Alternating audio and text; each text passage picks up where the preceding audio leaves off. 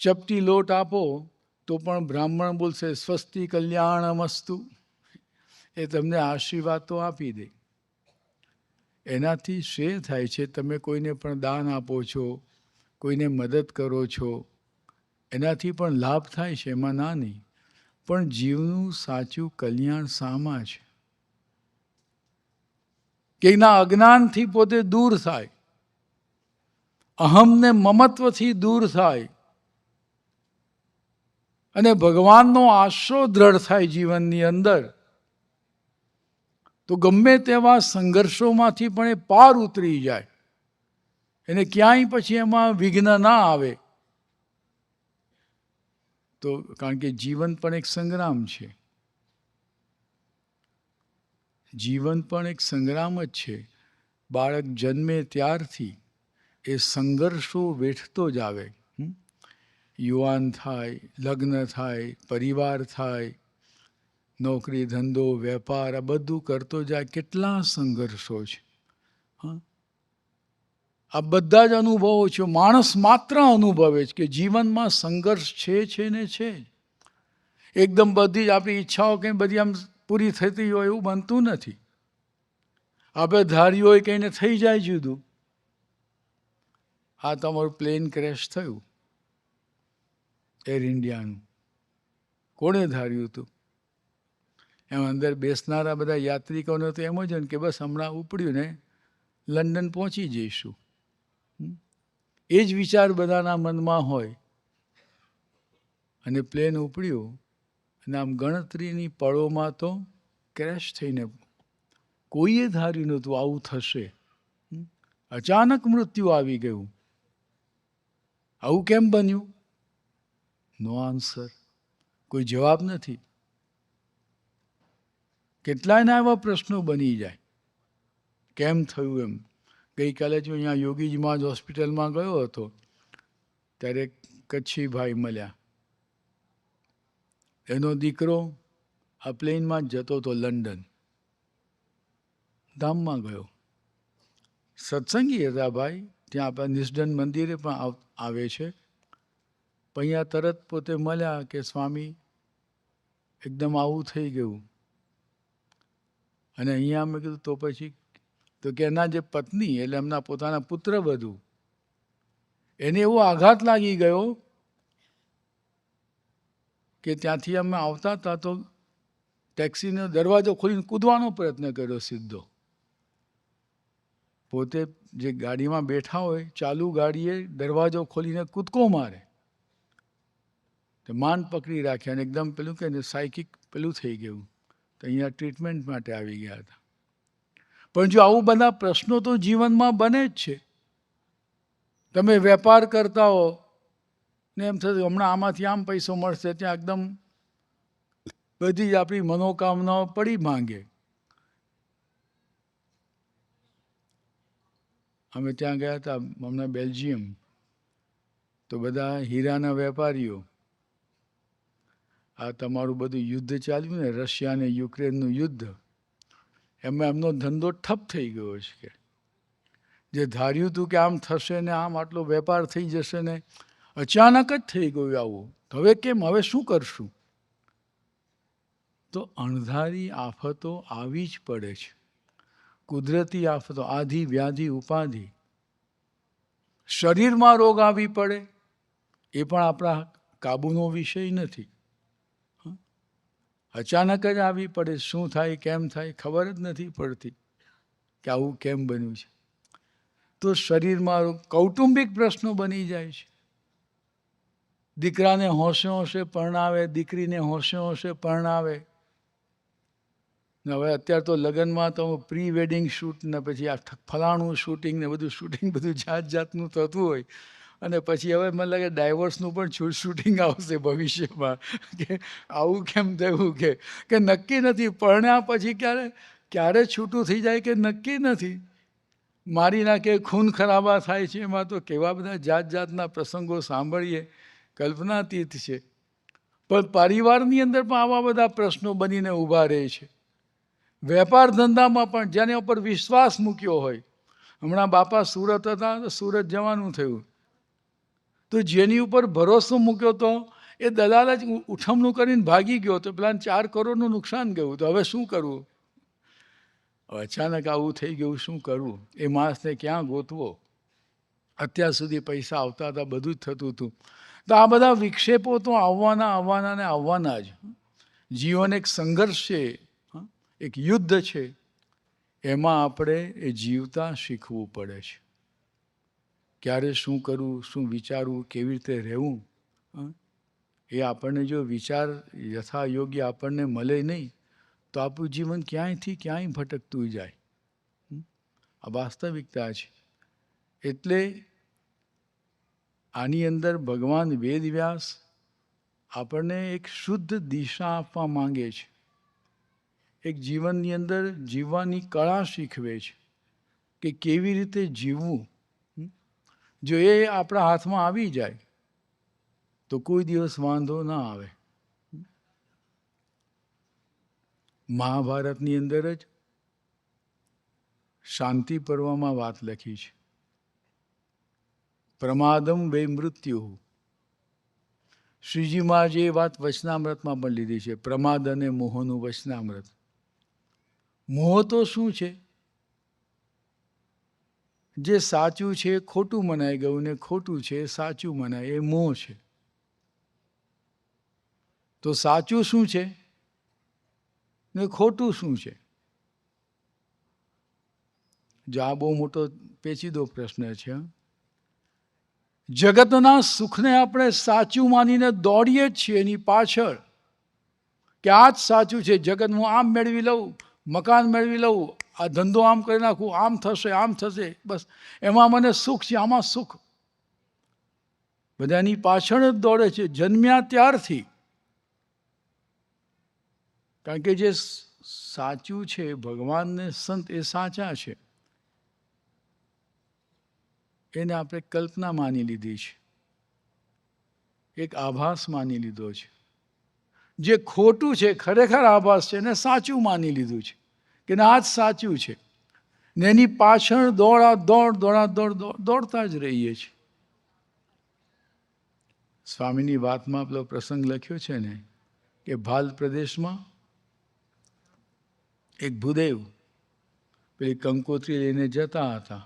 એ જમાનામાં ભૂદેવો એક ગામથી બીજે ગામ લગ્નની કંકોત્રી આપવા જતા હોય તો સવારના પોરમાં નીકળી ગયા અને પછી એમ કે હવે રસ્તામાં તળાવ આવે તો ત્યાં નાહીશું, ધોઈશું ને ટીમણ કરીશું, એટલે પછી શાંતિથી ખાઈશું. કે એ વિચાર મનમાં હતો. તે હાલ્યા જતા હતા ભાઈ કે હવે પાણી દેખાતું નથી. ધીમે ધીમે સૂર્ય ઉપર ચડ્યો અને પછી આમ દૂર જો, ઓહો બહુ પાણી છે, વાહ મજા આવશે નાહવાની, હવે તો સુખ. એટલે મોઢું આમ હસવું મોઢું થઈ ગયું કે હવે નાશું, ધોશું ને ટીમણ કરશું. ત્યાં સામેથી પેલો ભરવાડ ચાલ્યો આવતો હતો. કે ભૂદેવ કેમ આમ એકદમ આનંદમાં છો? તો કેમ આનંદમાં ના હોઈએ કે સવારનો નીકળ્યો છું કે રસ્તામાં નાહી ધોઈ લઈશું ને પછી ટીમણ કરશું, તો હવે આ તળાવ આવે છે, આ બધું પાણી દેખાય છે, નાહીશું ધોશું ને ટીમણ કરશું. તો પેલા ગોકળીએ શું કહ્યું? હૈયું ફોડમાં, આ જોડા પહેરીને હાલ્યો આવ્યો છું, દેખાય છે ઝાંઝવાના જળ છે. પેલાને બધા મનોરથ કરોડભૂસ કરતા ભાંગી પડ્યા.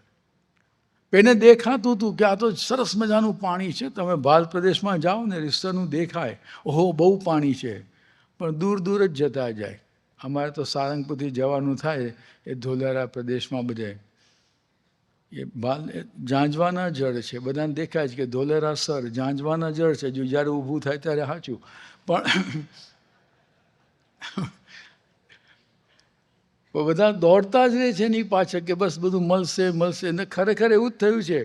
ઘણા આવ્યા છે, બોલો, ઘણાએ ત્યાં આગળ પેલા પ્લોટિંગ કર્યું છે ને મકાન પૈસા રોક્યા છે ને પછી આવે કે સ્વામી આ પ્લોટિંગ વેચાતું નથી. તો હવે ક્યાંથી વેચાય? કંઈ થતું નથી. લોકોના પૈસા રોકાઈ ગયા છે. લોકો મોટી મોટી જમીનો લીધી છે ને પ્લોટિંગ કર્યું છે ને પેલા બાઉન્ડ્રી કરીને બધું કર્યું. પછી આવે કે આશીર્વાદ, ત્યાં સારંગપુર આવે કે આશીર્વાદ આપો, પણ તમે આ બધું ચાલે છે તંત્ર. હવે જ્યારે થાય ત્યારે સાચું, મોટા પ્લાન તો છે. ભગવાને પ્રાર્થના કરીએ સારું થાય. પણ આ તો ઝાંઝવાના જળ એક મોહ છે, જે નથી એ આપણને સાચું મનાઈ ગયું છે ને આપણે દોડતા જ રહીએ છીએ. એ કુંભાર હતો, એનું ગધેડું છે ને, એના ગધેડા પર માટી ભરી, પછી મારું ગધેડું હાલે જ નહીં. હવે કરવું શું? તે કુંભારે એક મોટું લાકડું લીધું, એની આગળ 5-25 ગાજર લબડાવ્યા. પછી શું કર્યું? કુંભાર ગધેડા પર બેસી ગયો, આગળ લાકડું મૂક્યું, તો આગળ ગાજર લબડતા દેખાય. ગધેડું માંડ્યું દોડવા. હા, ગધેડું માંડ્યું દોડવા કે આ ગાજર ખાઓ, ગાજર ખાઓ, ગાજર ખાઓ. પણ હાથમાં આવે? જેમ દોડે એમ ગાજર આગળ ને આગળ, કે આ મળી જાય, આ મળી જાય, આ મળી જાય. તમે જો અહીંથી અત્યારના લગભગ અહીંયા દરરોજ કોઈને કોઈ આવે સવારના પોરમાં, આશીર્વાદ આપો. આજે ત્યાં આગળ પેલા બોલાવે છે, વિઝા કોલ છે, અમેરિકાના કે યુકેના વિઝા કોલ છે. સ્વામી આશીર્વાદ આપી દો. બસ લોકોનું નિશાન શું છે? અમેરિકા.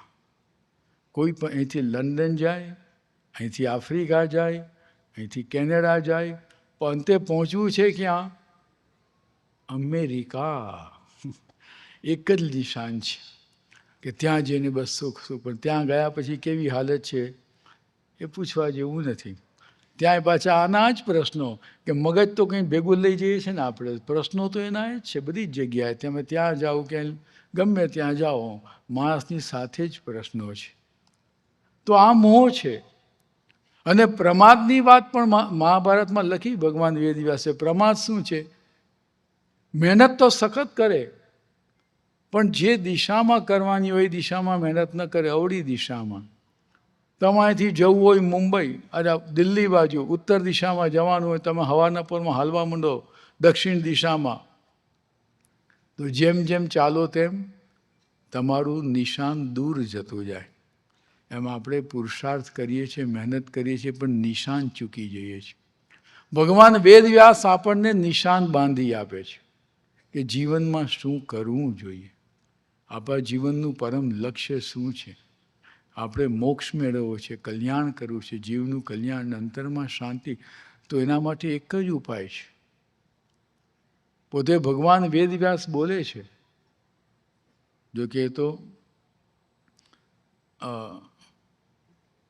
એ પોતે કહે છે, ઉર્ધ્વ બાહુ વિરોમ્યેશ નાત્ર કશ્ચિત શૃણોતિ મે ધર્માદ અર્થશ્ચ કામશ્ચ સકિમર્થમ ન સેવ્યતે.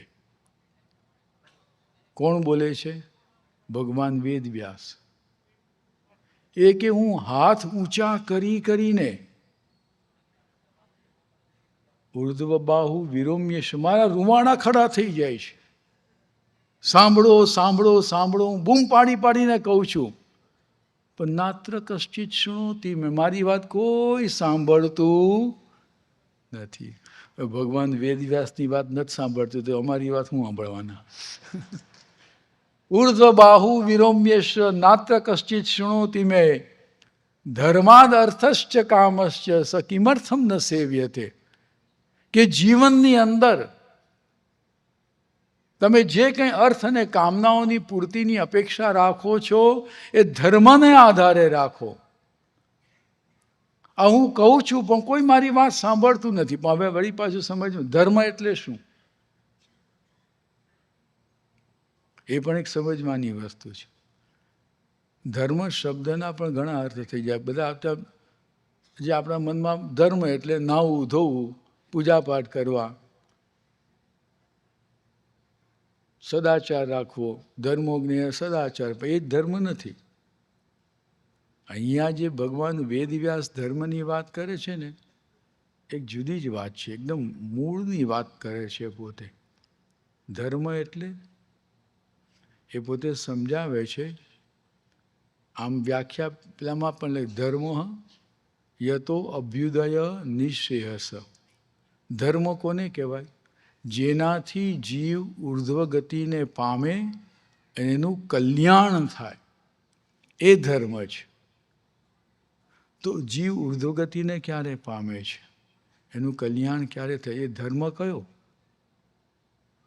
એ ધર્મ કયો? શું કરવું જોઈએ જીવનમાં? તો આ જીવનમાં બધા સંઘર્ષો તો છે જ. તો મહાભારતના મહાત્મ્યની અંદર જ લખ્યું છે, ભીષ્મ દ્રોણ તટા જયદ્રથ જલા ગાંધાર નીલોપલા.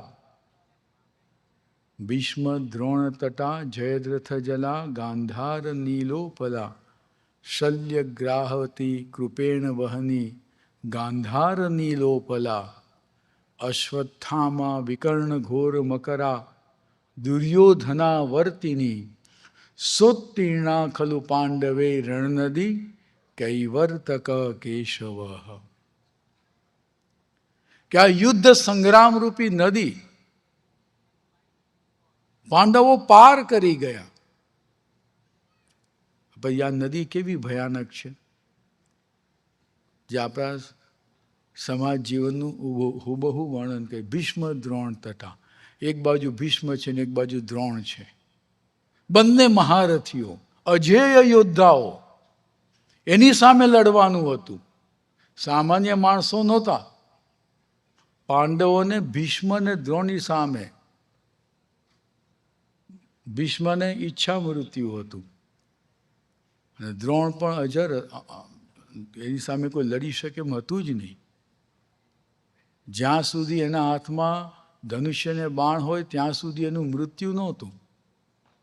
આવા બંને યોદ્ધાઓ હતા, એને હરાવવાના. તો ભીષ્મ દ્રોણ તટા જયદ્રથ જલા, જે રણસંગ્રામ રૂપી નદીમાં પાણી કયું છે, જયદ્રથ રૂપી પાણી છે. ગાંધાર નીલોપલા, શકુની અને એના ભાઈઓ બધા મોટી મોટી કાળમિંડ પર્વતની શિલાઓ નદીમાં પડી છે. ભટકાવ તો માથું જ ફૂટી જાય, જીવે જ નહીં માણસ. અશ્વત્થામા વિકર્ણ ઘોર મકરા, અશ્વત્થામા આદિ બધા બહુ જ મોટા મોટા મગરમચ્છ છે. શલ્ય ગ્રાહવતી કૃપેણ વહની, શલ્યરૂપી ગ્રાહ એ પણ મોટા મગરમચ્છ છે. કૃપાચાર્ય રૂપી વેણ છે, કર્ણરૂપી વમળ છે. વમળ તો ભલભલા માણસને ડૂબાડી દે. આવી ભયંકર નદી દુર્યોધનાવર્તિની, જેના તરંગો બધા દુર્યોધન છે. એના તરંગો છે ને, દુર્યોધનના મનના તરંગો પણ ચાલે બધું. તો આવી સોત્તીર્ણા ખલુ પાંડવે રણનદી કૈવર્તક કેશવ. આવા રણ સંગ્રામ રૂપી નદી પાંડવો પાર કરી ગયા. કેમ? નહીં તો ડૂબી જ જાય. આવી ભયંકર નદીમાંથી પાર ઉતરવું અસંભવ છે, પણ એ પાર ઉતરી ગયા. એ કયો? એમણે આ ધર્મ આચર્યો. શું? ભગવાનનું શરણું લીધું. કૈવર્તક કેશવ. એમનો નાવિક કોણ હતા? ભગવાન શ્રી કૃષ્ણ.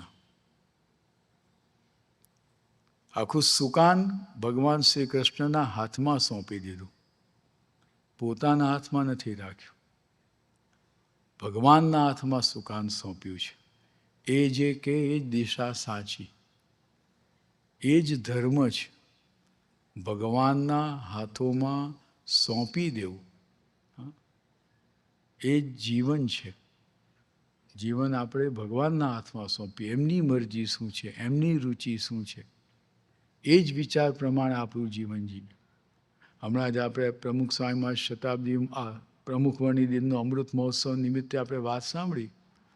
પ્રમુખ સ્વામી મહારાજના જીવનમાં શું હતું? એક જ વિચાર, પોતાના ગુરુ સામે દ્રષ્ટિ.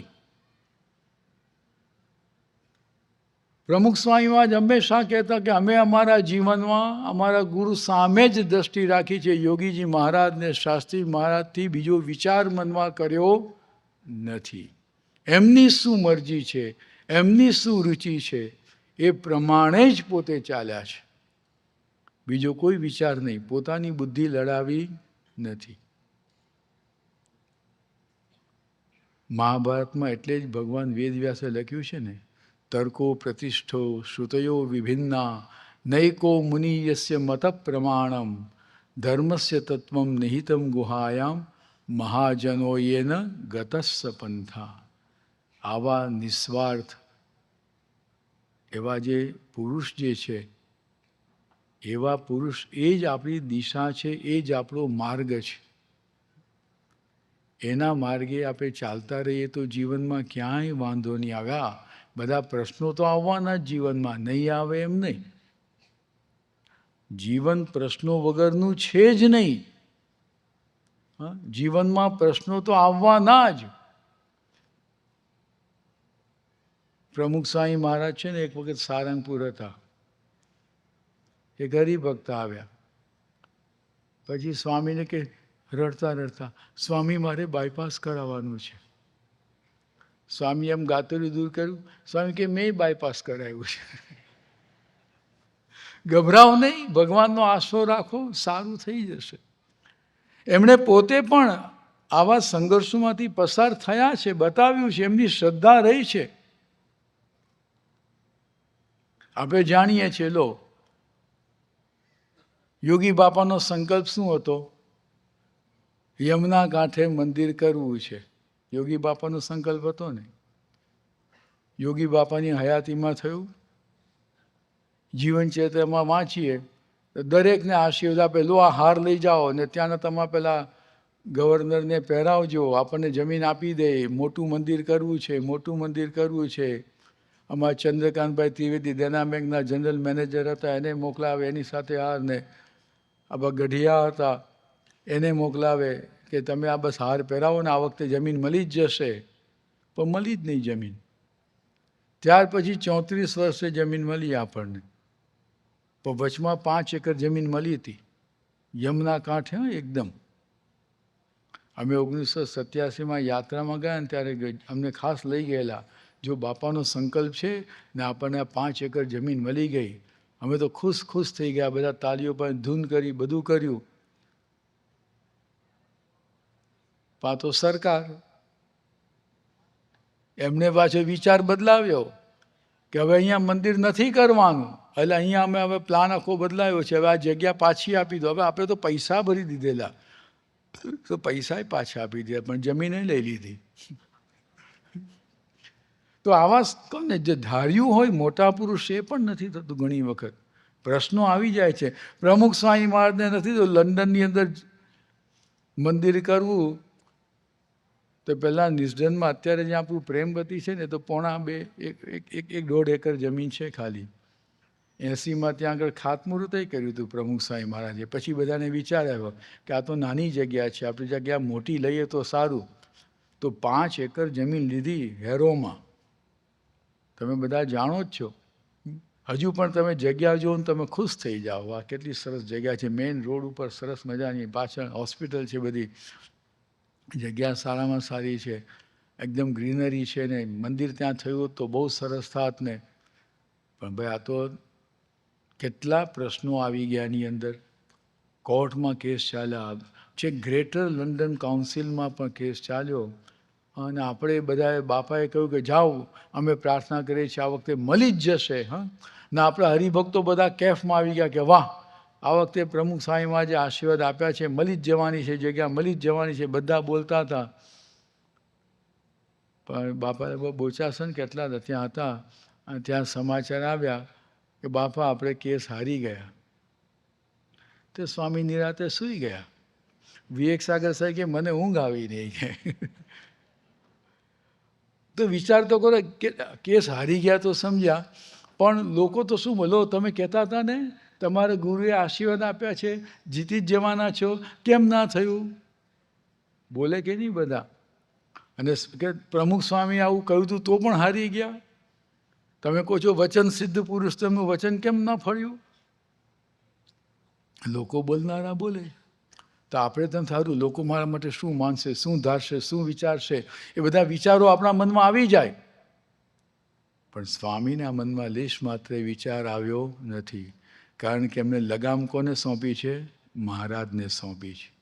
ભગવાન જે કરે છે એ સારા માટે જ કરે છે. ભગવાન કુરુતે યદ હિ હિતાર્થમેવ તત્સદા. સત્સંગ દીક્ષા શ્લોકમાં પણ લખ્યું, ભગવાન જે કરે છે મારા સારા માટે જ કરે છે. ભગવાનના હાથમાં લગામ સોંપી છે તો ચિંતા નથી. આપણે હાથમાં લગીને લખીએ તો ઉબડ ખાબડ ઉથલ બધું થવાનું. પણ ભગવાનને સોંપી દો તો પ્રશ્નો આવશે પણ એમાંથી પાર ઉતરી જશો. પ્રશ્નો નહીં આવે એવું નહીં બને. બધાના જીવન માટે મોટા પુરુષમાં બતાવે છે કે અમારા જીવનમાં પણ પ્રશ્નો આવ્યા છે. શું નથી આવ્યું? એમને બીમારી આવી છે, ગોલ્ડ બ્લેડરનું ઓપરેશન, મોતિયાનું ઓપરેશન, બાયપાસ સર્જરી, કેટલા એવા ઓપરેશનો થઈ ગયા અને અપમાનો કેટલા થયા. તો દુઃખી થવાનું નહીં. તો દુનિયામાં તો આવું બનતું જ રહેવાનું. એ બધા જ પ્રશ્નોમાંથી કે આપણને હિંમત આપે. તમે જુઓ, ભગવાનના હાથમાં લગામ, ભગવાનનો આશરો દ્રઢ રાખો. શ્રીજીમાં આજે વતનાથમાં લખ્યું છે, કલ્યાણ માટે તો ભગવાનનો આશરો એ જ એક ઉપાય છે.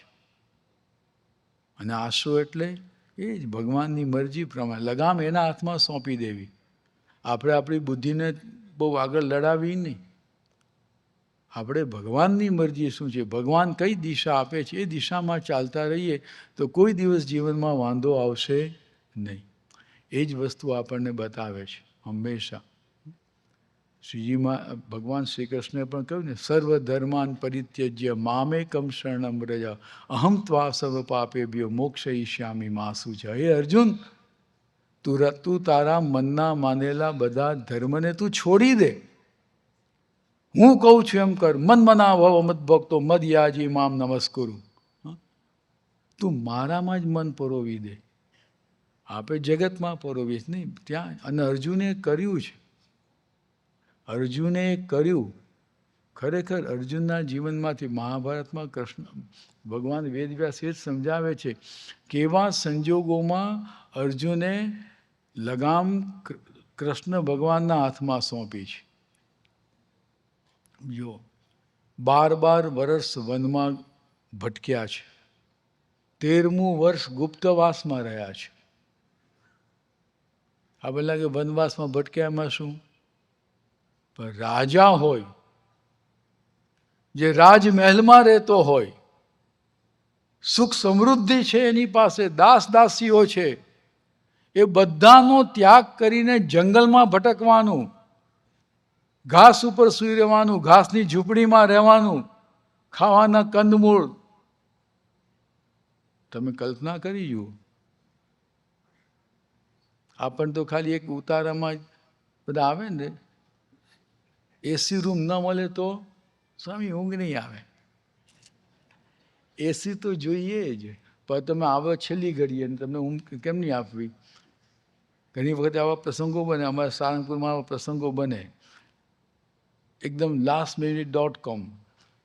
ત્યારે બધા આવે ને કે સ્વામી મને એસી રૂમ આપો. એટલે પણ અગાઉથી તમે જણાવો, અત્યારે અહીંયા તો કેટલી ભીડ થાય છે, કેટલી બધી ભીડ વર્તે. તમે પહેલેથી કીધું હોય તો પ્રયત્ન કરીએ, આપણે બધું જ કરીએ, પણ ન મળે તો કે તો સ્વામી ઊંઘ નહીં આવે કે. તો આપણને સેજ સગવડ આપણી આગી પાછી થઈ જાય તો આપણને ફાવતું નથી. જમવામાં સેજ મીઠું મરચું આ બધું આગું પાછું થઈ જાય તોય ના ફાવે. તો આ રાજકુમારો, રાજાઓ એમ કહીએ તો ચાલે, બરોબર?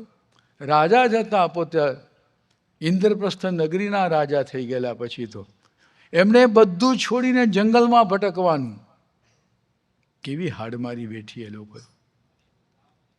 13મું વર્ષ ગુપ્તવાસ રહ્યા. આ બધી શરતો માન્ય રાખી, બધું શરત પ્રમાણે જીવી ગયા, બધું કહ્યું, છતાં પણ છેલ્લે દુર્યોધન કે ના, હું તો નહીં આપું તમને રાજ. યુદ્ધ વગર એક સોયની અણી જેટલી પણ જમીન યુદ્ધ વગર હું તમને નહીં આપું.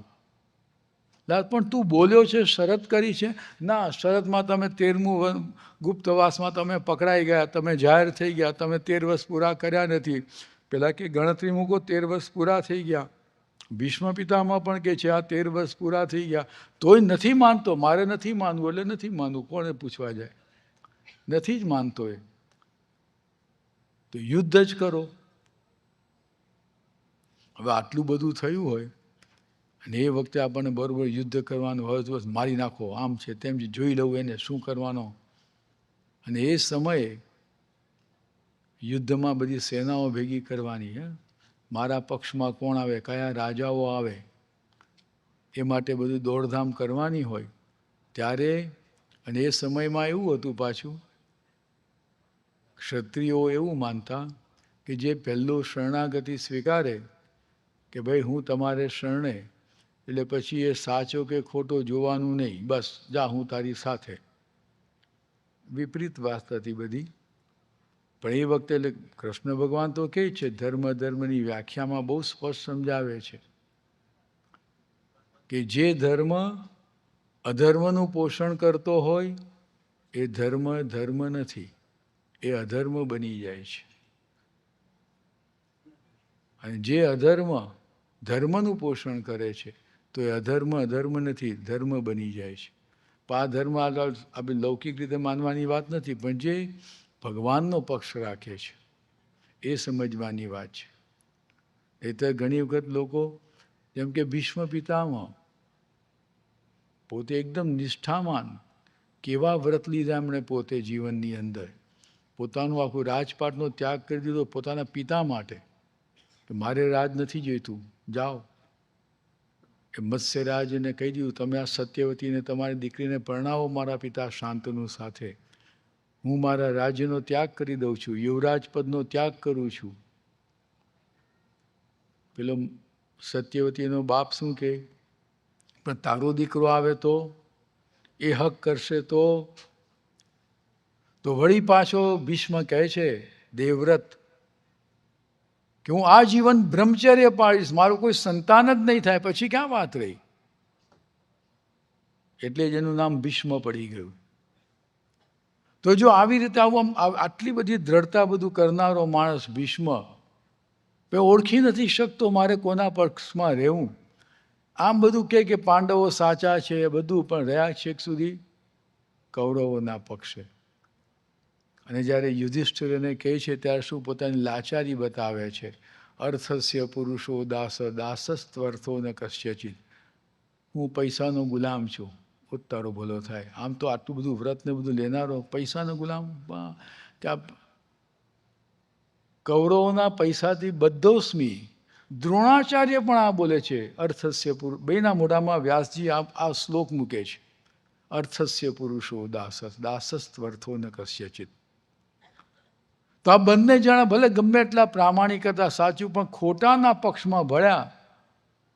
તો ભલે સદાચારી હતા, બધું જ હતું, પણ એ અધર્મ પોષક થઈ ગયા. તો એ ધર્મ ધર્મ નથી રહેતો. મહાભારતમાં લખ્યું સત્યમ કિમ નામ સત્યમ, સત્યમ ભૂત હિત પ્રોક્તમ. સર્વનું કલ્યાણ થાય એનું જે વાક્ય હોય એ જ સત્ય છે, બાકી એ સત્ય પણ અધર્મ બની જાય.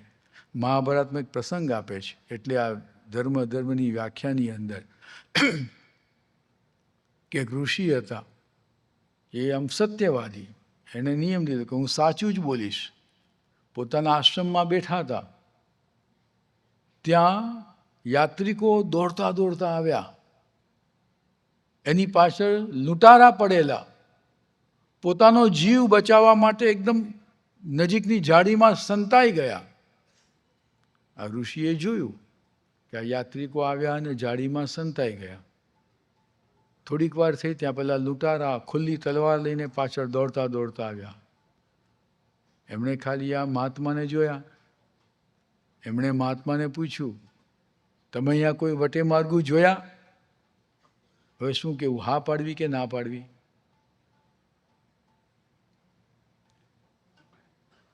એને તો જોયા તો હતા જ, એને ખબર પડી ગઈ આ તો લૂંટારા છે, અને હું હા પાડીશ એટલે પતી ગયો, અને મારી જ નાખવાના છે. તો મારે ના પાડવી કે ના, અહીંયા કોઈ આવ્યું જ નથી, તમે આગળ જાઓ તપાસ કરો? તો કે મારી સત્યવાદી, હું સત્યવાદી, મારે તો સાચું જ બોલવું પડે. હું મારો નિયમ, હું મારી ટેક કેમ જતી કરું? તો કે હા મેં જોયા. કે ક્યાં છે? આ ઝાડીમાં છુપાયા છે. તો શું પરિણામ આવે? પેલા બધા ગયા દોડતા, કાપી નાખ્યા, લૂંટી લીધા બધાને. તો તો લખે છે મહાભારતની અંદર ભગવાન વેદવ્યાસ એ ઋષિ મૃત્યુ પામ્યા ત્યારે નરકમાં ગયા. અરે આ સત્યવાદી આમ આવું સત્યનું પાલન કર્યું, આવું ખોટાનો પક્ષ લીધો. પૂજ્ય વિવેક સાગર સ્વામી એક દ્રષ્ટાંત ઘણી વખત કહે છે. મુંબઈની અંદર તમારી બધી લોકલ ટ્રેનમાં ખિસ્સા કાતરુઓ બહુ હોશિયાર હોય, તમને ખબર પણ ના પડે ને તમારું ખિસ્સું કપાઈ જાય. છતાં પણ જો કદાચ એ પકડાઈ જાય ને ખિસ્સા કાતરું, તેની આખી ટોળકી હોય, 5-6 જણા એક સાથે એક ડબ્બામાં ચડ્યા હોય. પેલો પકડાય ને બધા હે એ ચોર ચોર ખિસ્સા કાતરું મારો મારો એમ બોલે ને, બધા જુએ તરત પેલા 5-7 જણા દોડતા આવી જાય, ક્યાં હુઆ ક્યાં હુઆ ક્યાં હુઆ આમ કરીને ધડ કરીને પેલા છટકાવી મૂકે. પેલો જતો રહે બહાર, ક્યાં કાં ગયા પતી ગયું, જય સ્વામિનારાયણ. પક્ષ રાખે એકદમ, આ પક્ષ રાખ્યો એને હોય, ખિસ્સા કાતરુંને બચાવે પણ ચોરને બચાવો છો તમે, પણ બધા એવા જ છે. ને વળી પાછું શું કે આ બધા ખિસ્સા કાતરું ટ્રેનમાં ચડે, 25 જણનું ટોળી હોય, બધા એક છૂટા છૂટા ડબ્બામાં 2-5 છૂટા ચડી જાય. અને પછી બધાનો નિયમ શું કે આખા દિવસ દરમિયાન જેટલું આપણે હાથમાં આવ્યું હોય પૈસા, બધા સાંજના બધા ભેગા થાય અને મૂકે, ઢગલો કરે, પછી સરખે ભાગે વેચી લેવાનું, એકદમ પ્રામાણિક. મારી પાસે આજે મેં ખિસ્સું કાપ્યું, મારી પાસે ₹1,00,000 આવ્યા અને બીજાને ખાલી 8 આના જ આવ્યા, તો હું ₹1,00,000 ખિસ્સામાં નાખી દઉં એવું નહીં.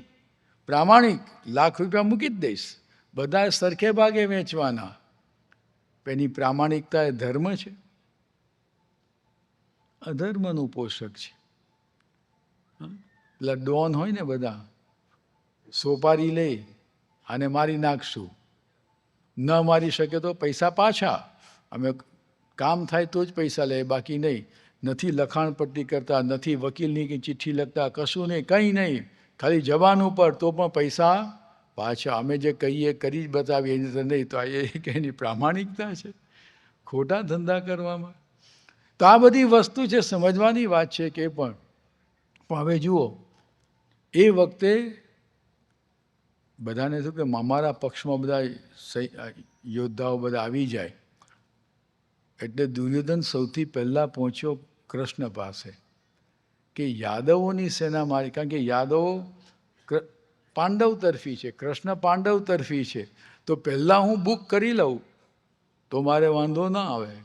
એટલે સીધો દુર્યોધન સૌથી પહેલાં પહોંચ્યો કૃષ્ણ પાસે, ને કૃષ્ણ આરામમાં હતા. પણ જો હવે એનો અંતરમાં અભિમાન છે. અભિમાની માણસ ક્યારેય કોઈનું શરણું સ્વીકારી શકતો નથી. એ ગયો ખરો, પણ કૃષ્ણના મસ્તક પાસે બેઠો. હું કમ છું, હું રાજા છું હસ્તિનાપુરનો. એ મસ્તક પાસે જઈને બેસી ગયો. અર્જુન પહોંચ્યો, થોડોક મોડો પહોંચ્યો. એને જેવું દુર્યોધન પહેલાં આવી ગયો છે, એને ચિંતા તો થઈ કે હવે શું થશે. એને કૃષ્ણ પ્રત્યે પૂરો વિશ્વાસ હતો અને કૃષ્ણનો યથાર્થ મહિમા જાણતા હતા. એટલે પ્રેમથી કૃષ્ણના ચરણોમાં બેઠો. જ્યારે કૃષ્ણ જાગ્યા તો એની પહેલી દ્રષ્ટિ ક્યાં પડી? અર્જુન પર. ઓહો, અર્જુન આવ્યો, ક્યારે આવ્યો, બોલ બોલ, તારે શું જોઈએ છે? દુર્યોધન ચમક્યો, કોત તારું બોલો થાય, હું વહેલો આવ્યો છું, આ મારો લઈ જશે કે ઉભા રહો કૃષ્ણ, પહેલા હું આવ્યો છું. માગવાનો અધિકાર મારો છે પહેલા. કૃષ્ણ કે બરોબર છે, પણ મારી દ્રષ્ટિ પહેલા અર્જુન પર પડી અને મેં એને કહ્યું. એટલે દુર્યોધનના મનમાં શું થયું? એ તો શું રાજકારણી પુરુષ છે, આ કપટી છે કૃષ્ણ, એને પાંડવ તરફી લડવું છે, એટલે મને છેતરે છે. હું પહેલાં આવ્યો તો પણ મારું વચન નથી માનવું, એટલે ત્યાં જવું છે. કૃષ્ણ કે છે ભાઈ અર્જુન તારો નાનો ભાઈ છે, નાના ભાઈને માગવાનો પહેલો અધિકાર હોય, કે જે તમારે કપટ કરવું એ કરો ને. કે એ વખતે જો કૃષ્ણ ભગવાન એક શરત કેવી મૂકે છે, એક બાજુ અમારી યાદવોની 1 અક્ષોહિણી સેના, 2.5 લાખ સૈનિકો, 2,47,000 સૈનિકો થાય, બધા ગણતરી મૂકો. અક્ષોની સેના એટલે પાયદળ, અશ્વદળ, રથદળ ને હાથીદળ, ચતુરંગી સેના. ને એમાં ભલભલા મોટા મોટા મહારથીઓ હતા. શસ્ત્ર અસ્ત્ર બધું છે પાછું, ખાલી હાથ આવે એમ નહીં, બધાની શસ્ત્ર અસ્ત્ર સાથે આખું સૈન્ય. તો એક બાજુ આમ મારું આખું સૈન્ય છે ને એક બાજુ હું એકલો છું. પસંદ કરી લો બેમાંથી કોને જોઈએ છે. તો આપણે કહીએ કે ચલો ભાઈ કૃષ્ણ આવે તો સારું. કૃષ્ણ પાસે સુદર્શન ચક્ર છે. એક જ હથિયાર એવું છે ને કે આમ કે ને એક મોટી મિસાઇલ હોય એટમ બોમ્બની, એક મિસાઇલ કાફી છે, એક મોટી છોડી એટલે પતી ગયું, બધાનો સંવાર થઈ જાય એમ છે એક જ ધડાકે. તો બધાને ક્યાં માગ કરું. કૃષ્ણ આવે તો એ ઘણું છે, થઈ જાય કે નહીં કામ આપણું. એટલે પેલા એમ થયું કે જો આ જો કૃષ્ણ જશે તો એ કૃષ્ણ સુદર્શન ચક્રની સાથે જવાના. પણ ત્યાં પાછું કૃષ્ણ શું કહે છે, હું હથિયાર નહીં ઉગામું, હું હથિયાર નહીં ઉગામું. તો એ વખતે પણ દુર્યોધનના મનમાં શું થઈ ગયું, જો આ કૃષ્ણએ કપટ કર્યું, હવે અર્જુન માંગી લેશે આખી સેના. એ સમયે હવે જો આ સમજજો, આ બહુ અઘરી વસ્તુ છે. આવી પરિસ્થિતિ, એક બાજુ લડવાનું છે, આટલા વર્ષોથી રાજ્ય હારી બેઠા છે, લઈ લીધું છે રાજ્ય, જંગલમાં ભટક્યા છે, કેટલા અપમાનો સહન કર્યા છે, દ્રૌપદીનું વસ્ત્રાહરણ થયું છે, એ બધું જ પાંડવોના હૃદયમાં ખૂંચે છે ભાલાની જેમ. એનું વેર એની સામે લડવું છે. કેમ? અને એ વખતે સૈન્ય નહીં, અર્જુન કૃષ્ણને પસંદ કરે છે. આ અર્જુનની પસંદગી છે ને એ બહુ જ અઘરી છે. ભગવાન વેદવ્યાસ આપણને આ સમજાવે છે. તમારા અંતરમાં ખરેખર ભગવાનનો મહિમા છે કે આ જ મારા ઉદ્ધારક છે, આ જ મારા તારક છે. સ એવ તારકો મમ. ભગવાન જ મારા તારક છે, ભગવાન જ મારા ઉદ્ધારક છે, એ વિશ્વાસ છે. આપણને એમ કે એક બાજુ 10 કરોડ રૂપિયા છે, એક બાજુ હું છું, તમારે શું જોઈએ છે? ભગવાન અત્યારના 10 કરોડ આપો, તમે મહિના પછી આવજો, વાંધો નહીં.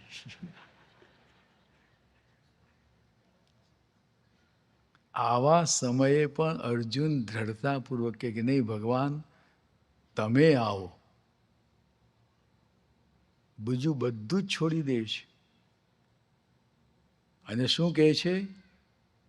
તમે ભલે શસ્ત્ર અસ્ત્ર ન ઉગામો, લડવાની તાકાત તો મારા બાહુબળમાં છે, હું લડી લઈશ કે, પણ મારો રથ તમે હાંકજો, દિશા તમે બતાવજો, ક્યારે શું કરવું શું ન કરવું એ તમે માર્ગદર્શન આપજો. જો પોતે સોંપી દીધી લગામ ભગવાનના હાથમાં, પોતાના હાથમાં કંટ્રોલ નથી રાખતા. આપણે બધા કંટ્રોલ માટે ઘરમાં ઝઘડા શું હોય, સાસુઓના ઝઘડામાં હું મોટો હું મોટી ને બધા ઝઘડે ને કે બસ મારું ધાર્યું થવું જોઈએ, એમાં જ ઝઘડા છે ઘરોઘર. સત્તાની સાઠમારી છે. અત્યારે દુનિયામાં પણ શું છે, રશિયા ને ચાઇના ને અમેરિકા ને આ ને તેને બધા શું છે, બસ મારો પાવર હું કહું એમ થવું જોઈએ. ચીન કે આવી જાય, ચાલ બેટા તું આટલી ટેરિફ વધારે, તમે બધા પછી રેર મટીરિયલ નહીં પેલું કે ને ક્યાંથી લાવશો, અમેરિકા ઝૂકવું પડ્યું, ક્યાં જાય, વાંકુરીને નમે. બધા ચોટલી એકબીજાની પકડી રાખે, નમાવવા જ છે બધાને, એકબીજાને નમાવવા, એમાં જ મારો પાવર, બધા એની ઉપર લડે છે. આ જ વિચાર છે. પણ અર્જુનના મનમાં નહીં, બસ ભગવાન જે કરશે મારા સારા માટે જ કરશે, એ મારા ઉદ્ધારક છે, એ જ મારા રક્ષક છે.